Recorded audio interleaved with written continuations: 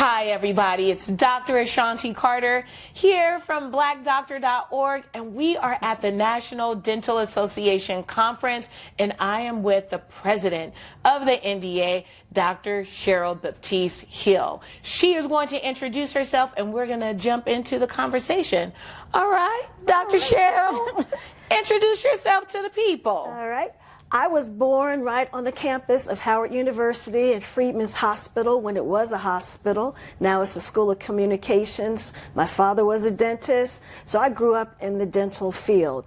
Every summer, that was our summer vacation, coming to the National Dental Association convention. I hung out to see my friends and saw what the grown-ups were doing and how they raised money for alumni associations. And I worked in the office since I was 12 years old, worked there weekends and in the summer.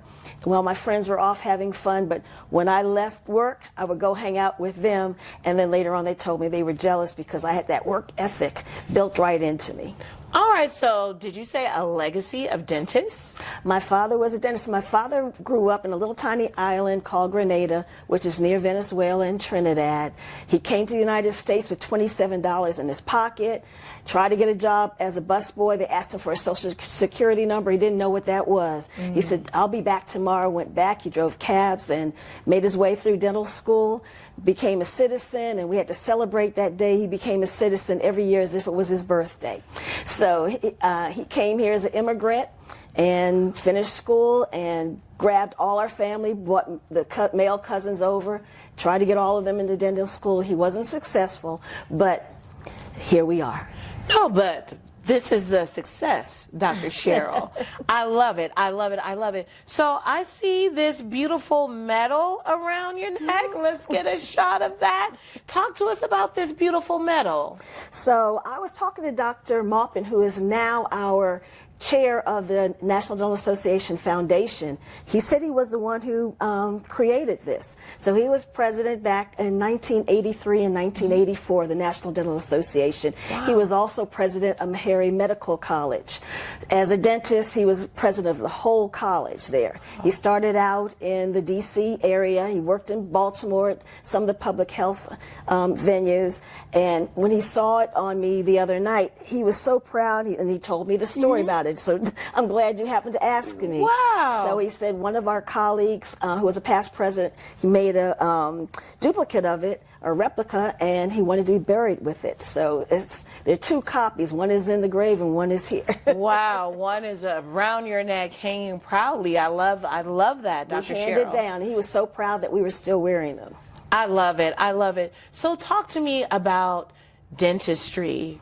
I asked some other people just about the future of dentistry. So as the president of the NDA, what do you see as the future of dentistry? Number one is education, because the patients do not realize that we are physicians of the oral cavity. Yes. And so getting the message out there, patients don't realize that they have plaque that builds up in their mouths. It has bacteria in it. The bacteria crawls down to the little crevices. It causes inflammation. And what is arthritis? That's inflammation. What is diabetes? Inflammation. What is Alzheimer's? It's inflammation. So any type of inflammation traveling through the body affects you, affects cancer rates, affects those outcomes also. Patients don't understand the importance of oral health and how it affects the rest of the body. Students are talking now about advocacy. There are 47 pieces of legislation that affect dentistry. We need to be a part of that, be able to talk to our congressmen, our senators, and make sure that we are on the plate with them. There's research, so much done in research. I saw a fabulous presentation talking about stem cells inside of the root of the tooth.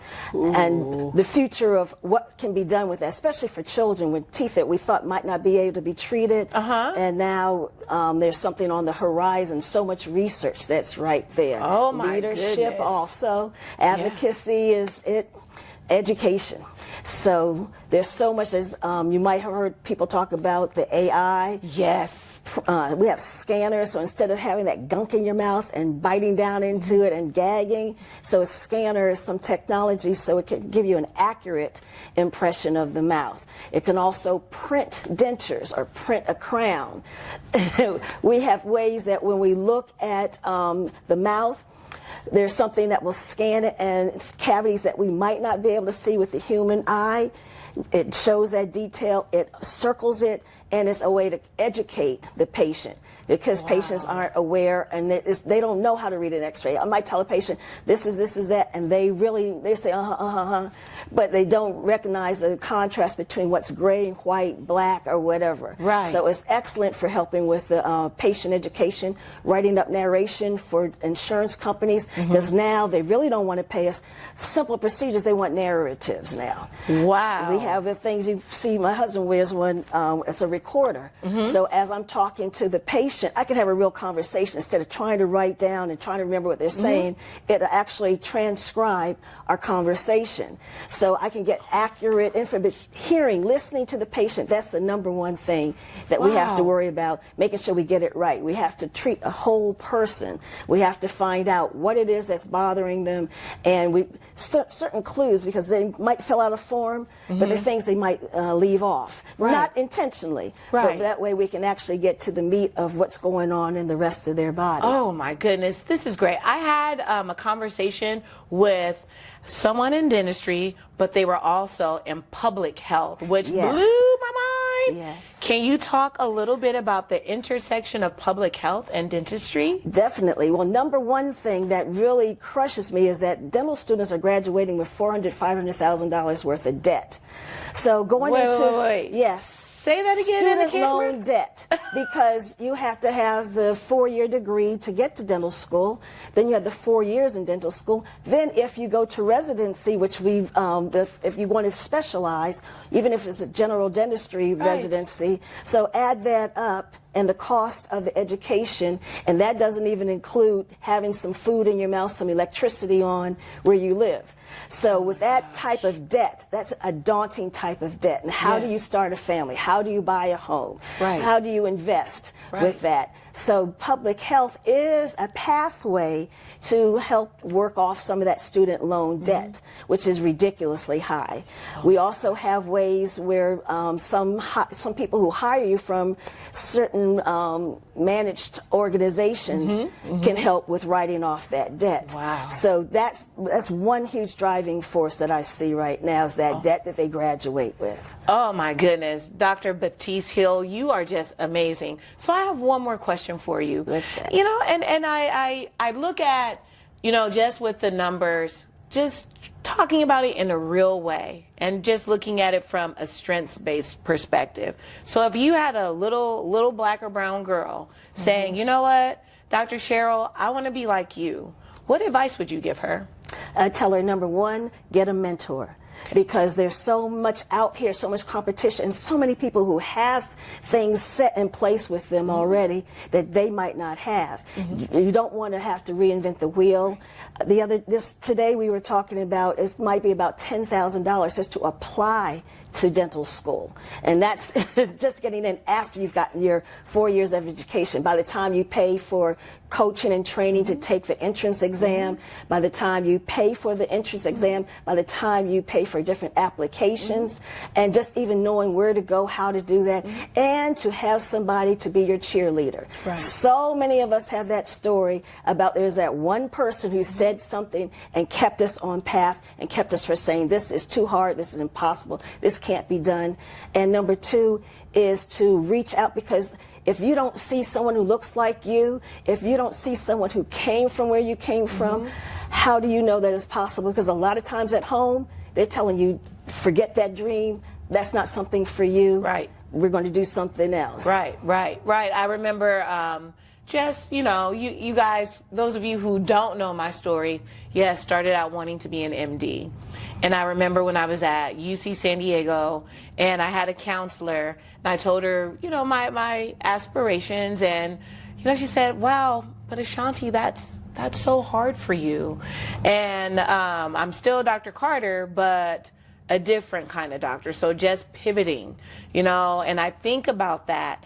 and thinking about how we can educate our college counselors, especially those at the community colleges, because that's where a lot of our students are, and they don't have the slightest clue of that pathway to healthcare professions. So thank you for talking about that. So now it's time for our next section, which is called The Real Tooth. All right, so Dr. Cheryle, what's your guilty pleasure? Oh my goodness. I know you're a dentist and all of that, but we all have one, minus potato chips. So what about yours? And I floss and I brush after you guys. Well, I kind of counter it because I found this ice cream called Rebel that's lactose free and 0 carbs. So this pistachio, because I figured pistachio nuts are in it, so I'm getting a little bit of protein in that. So that would be how I don't want to influence anybody else to go off their path, but that is a choice that you can make and that you can enjoy. My husband even enjoys it because I came home, I bought a brand new pint. It was in the freezer. I was going to go have some, and then I looked, I saw he sat down and ate the whole entire pint. He said, I thought you bought that for me. I said, no, that's my lactose free because I'm lactose intolerant. Right, absolutely. So am I. But Dr. Cheryle Baptiste Hill, it was a pleasure speaking with you. You're amazing. You are. Yes. Thank you. All right, you guys. Now, Dr. Cheryle, where can we find you? Well, right now I'm full-time helping out with the National Dental Association. So my email right now is president@ndaonline.org. And I spend time with my husband because we live on the Eastern Shore of Maryland. Okay. So I work with him and support him in his business ventures. I love it. I love it. Thank you, Dr. Cheryle. And thank you guys for joining us here at the National Dental Association Conference. It's been real. See ya. Bye.